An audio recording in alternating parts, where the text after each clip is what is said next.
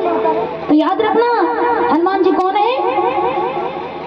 हनुमान जी है युवा। जामवंत जी कौन है? जामवंत जी है बूढ़े। तो बूढ़ों की बातें कौन सुन रहा है?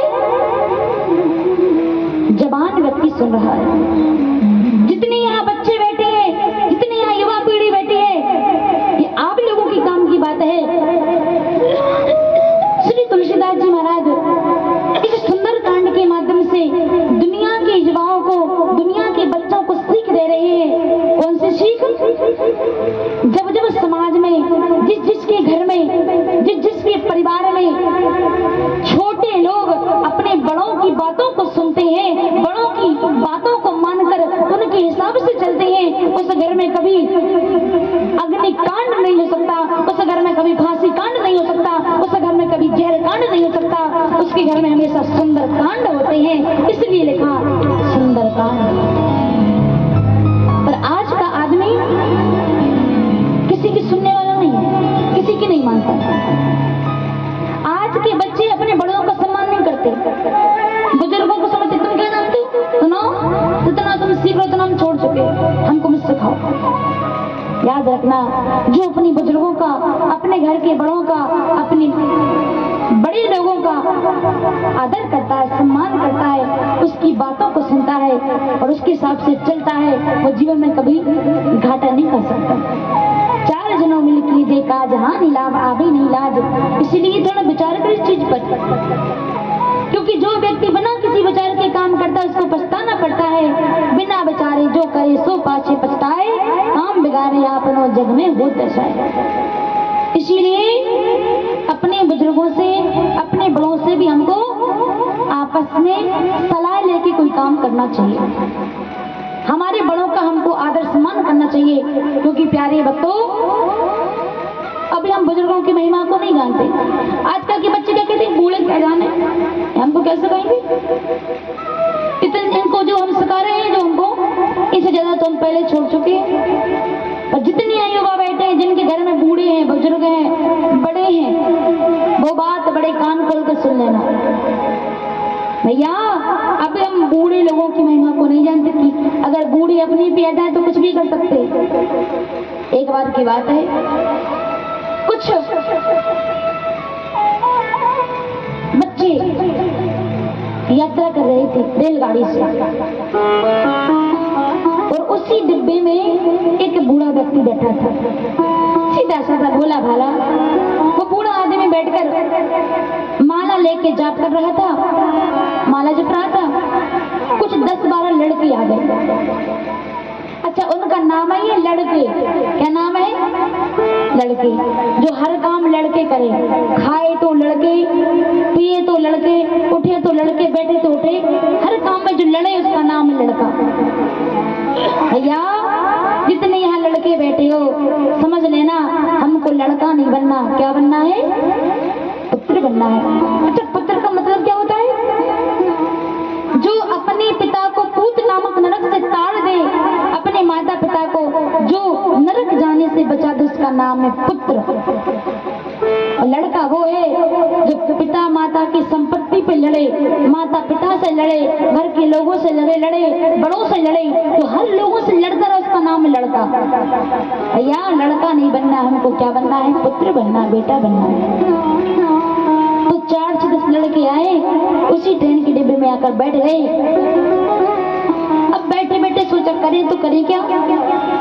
एक काम करते हैं, कुछ ऐसा काम करते हैं जिससे थोड़ा सा टाइम पास हो जाए। क्या करें? एक लड़के ने कहा एक काम करो, चेन को खींचते हैं। दूसरे ने कहा अगर चेन को खींचेंगे तो भैया जुर्माना भरने पड़ेंगे, पैसे भरना पड़ेंगे, कहाँ से लाएंगे? तो कहा चंदा कर लो। तो उन 10 लड़कों ने चंदा किया, किसी ने 100, किसी ने 200, किसी ने 50। सब लोगों ने पैसे इकट्ठे किए, पूरे पैसे हो गए 1500 रुपए। उन 1500 रुपए को गिनकर एक व्यक्ति था जो लड़कों का बॉस था, मुखिया था, उसकी जिम में रख दिए और फिर कहा चैन खींच दो। एक दूसरे लड़के ने कहा भैया हमको तो फंसने नहीं है। क्यों? चैन को हम खींचेंगे, नाम बूढ़े का लगा देंगे। पता पता नहीं चलेगा, क्योंकि पूरा डब्बा खाली था, केवल बूढ़ा बैठा था बेचारा। बुजुर्ग ने कहा भैया हमने तुम्हारा क्या बिगाड़ा, हमको क्या परेशान कर रहे हो। बच्चों ने कहा बड़ा मजा आएगा, ये बूढ़ा रोएगा तो चिल्लाएगा तो। अच्छा कुछ लोग ऐसे ही होते हैं जिनको दूसरों को रुलाने में मजा आता है, वो चाहते कि दूसरे रोते रहे, हम आनंद ताली बजाते रहे। वो बूढ़ा व्यक्ति कहता है भैया हमको क्या फंसा रहे, हमने तुम्हारा क्या बिगाड़ा। लोगों ने कहा जब बूढ़ा गड़गड़ाएगा अच्छा लगेगा।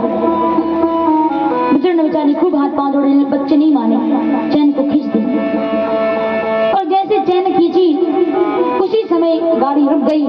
अब वहां से वहां के कर्मचारी आए, क्यों चैन को किसने खींचा? ये लड़कों ने कहा भैया सर जी हमने नहीं खींचा, एक बूढ़ा बैठा इसने खींचा। टीटी ने डांट लगाई, क्यों तुमको शर्म नहीं आती, इतने बुढ़े हो गए हो और चैन को खींच रहे हो, तुमको पता नहीं जुर्माना होगा। उस बुजुर्ग ने सोचा अगर मैंने कहा कि मैंने नहीं खींचा तो कौन मानेगा, क्योंकि हम तो अकेले हैं, ये लोग ज्यादा संख्या में, और आजकल बहुमत का जमाना है, अकेले की कोई पूछ नहीं। तो कहे भैया क्या करें।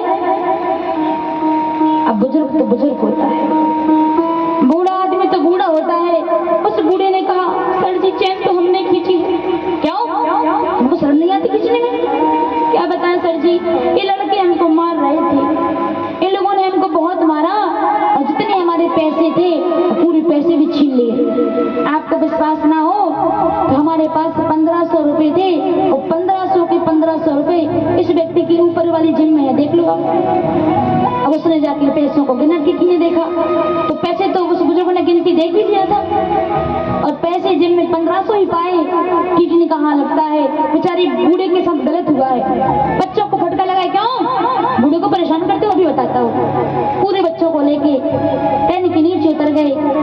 अब बूढ़ा खिड़की के पास आके बैठ गया और जैसे खिड़की के पास आया, यहाँ से वो बच्चे जा रहे थे और बूढ़ा उन बच्चों की तरफ देखकर अपने बालों पर ऐसे हाथ फेरते हुए, बच्चों ये बाल धूप में सफेद नहीं किए, इन बालों को सफेद करने में उम्र बीत गई, हमारे साथ मुकाबला करना चाहते थे।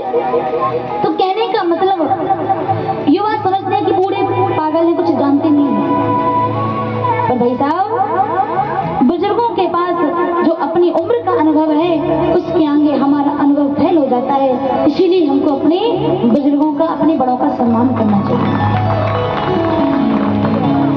ये सुंदरकांड की पहली चौपाई हमको सिखा रही है।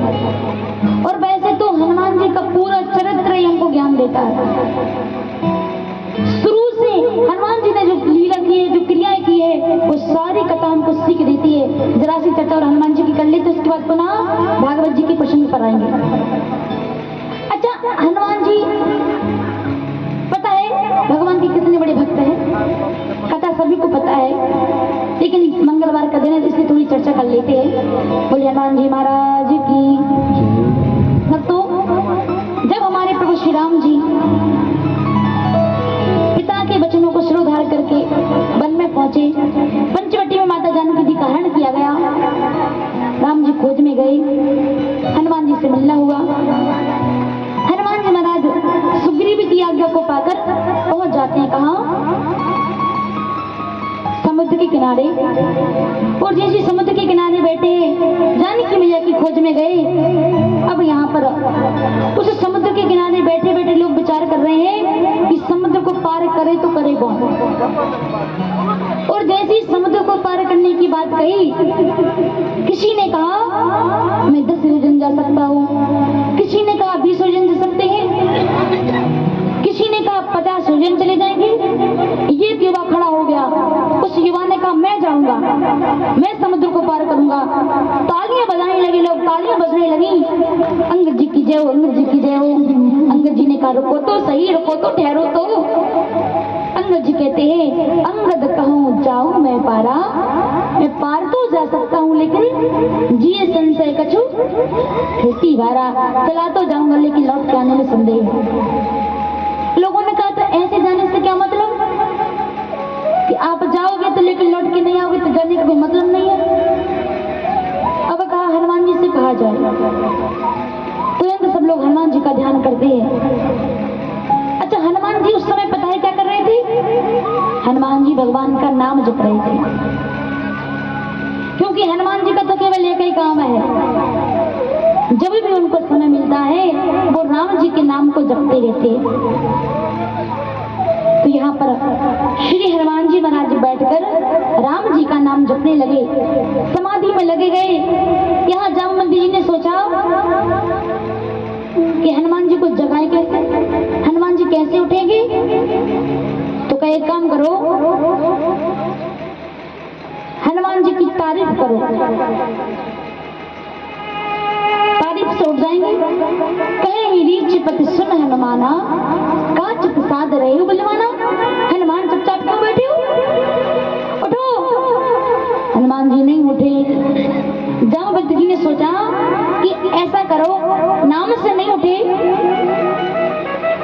तो इनकी तारीफ करो, इनकी बुद्धि की तारीफ करो, क्योंकि प्रशंसा में तो पत्थर भी डोलने लगते हैं।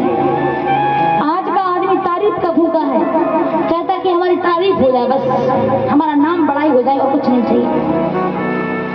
हनुमान जी से सोचा कि हनुमान जी नाम से उठ जाएंगे। कहीं रीतिपति सुन हनुमाना, का जब साध रहे बलवाना। हनुमान जी नहीं उठे। तो कहा कि पिताजी का नाम ले लो, पिताजी का नाम लेंगे तो शायद उठ जाएंगे। कहा पवन तनय बल पवन समाना। हनुमान उठो। हनुमान जी पिताजी का नाम सुन के भी नहीं जागे। तो याद किया कि भले पिताजी के नाम से ना उठे, कोई लड़का अपने पिताजी के नाम से ना जागे, अगर उसकी खुद की तारीफ कर तो उठ जाए। पवन तनय बल पवन समाना, बुद्ध विवेक विज्ञान निदाना। उठो हनुमान, तुम बहुत बड़े बुद्धिमान हो, बलवान हो। हनुमान जी नहीं उठे। तो कहा महाराज, न बुद्धि की तारीफ सुन के उठे, न बल की तारीफ सुन के उठे, न पिताजी के नाम से उठे, न खुद के नाम से उठे। अच्छा, अब एक बात कही, हनुमान जी उठो, तुम कैसे हो हनुमान।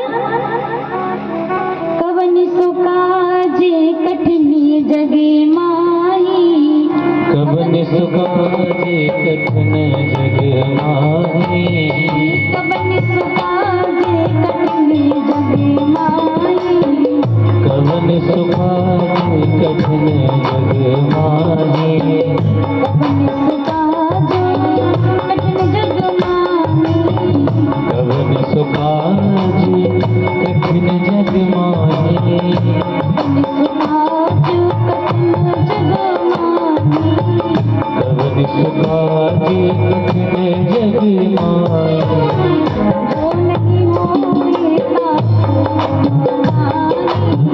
जो नहीं होए जो नहीं होए ताके तुम पाए। हनुमान जी से कहा, हनुमान उठो, ऐसा कौन सा काम है जो तुम नहीं कर सकते। कवन सुकाज कठिन जग माही, जो नहीं होए ताज तुम पाई। हनुमान जी तब भी नहीं उठे।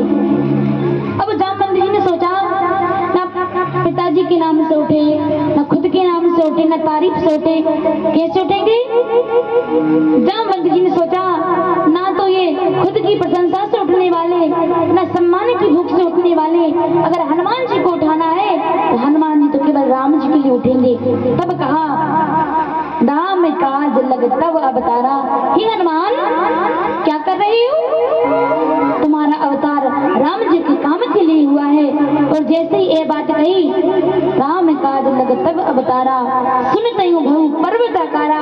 जैसे राम जी का नाम सुना, श्री हनुमान जी महाराज पर्वत के समान हो गए।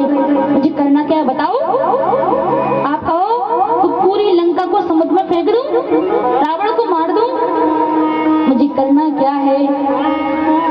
जामवंत जी से क्या पूछते हैं हनुमान जी। अच्छा, यहाँ भी बहुत बड़ी सीख मिलती है। क्या सीख मिलती है। हनुमान जी कैसे हैं। अतुलित बलधामम हेम सहलाव देहम धनुज वन कृशानम ज्ञानी नामक प्रगण्यम। हनुमान जी कैसे हैं। ज्ञानियों के ज्ञानियों में भी श्रेष्ठ श्री हनुमान जी महाराज है। इतने बड़े बुद्धिमान होने के बाद हनुमान जी पूछ किससे रहे हैं। जामवंत जी से। क्या पूछते हैं। जामवंत में पूछब तो ही उचित शिखावन दीजो मोही। आप मुझको बताओ, मुझे करना क्या है। आज के युवाओं को सीख देने के लिए कितनी बढ़िया बात है। इतने बड़े बुद्धिमान होते हुए हनुमान जी महाराज अपने अपने बड़ों से क्या पूछती है, आप बताओ मुझे करना क्या है। ये श्री हनुमान जी की नम्रता ही है, उनकी महानता। इतने बड़े बुद्धिमान, इतने बड़े ताकतवर, इसके बाद पूछ किससे रहे, किससे पूछते हैं, अपने बड़ों से पूछ रहे हैं, अपने बुजुर्गों का सम्मान कर रहे हैं। महाराज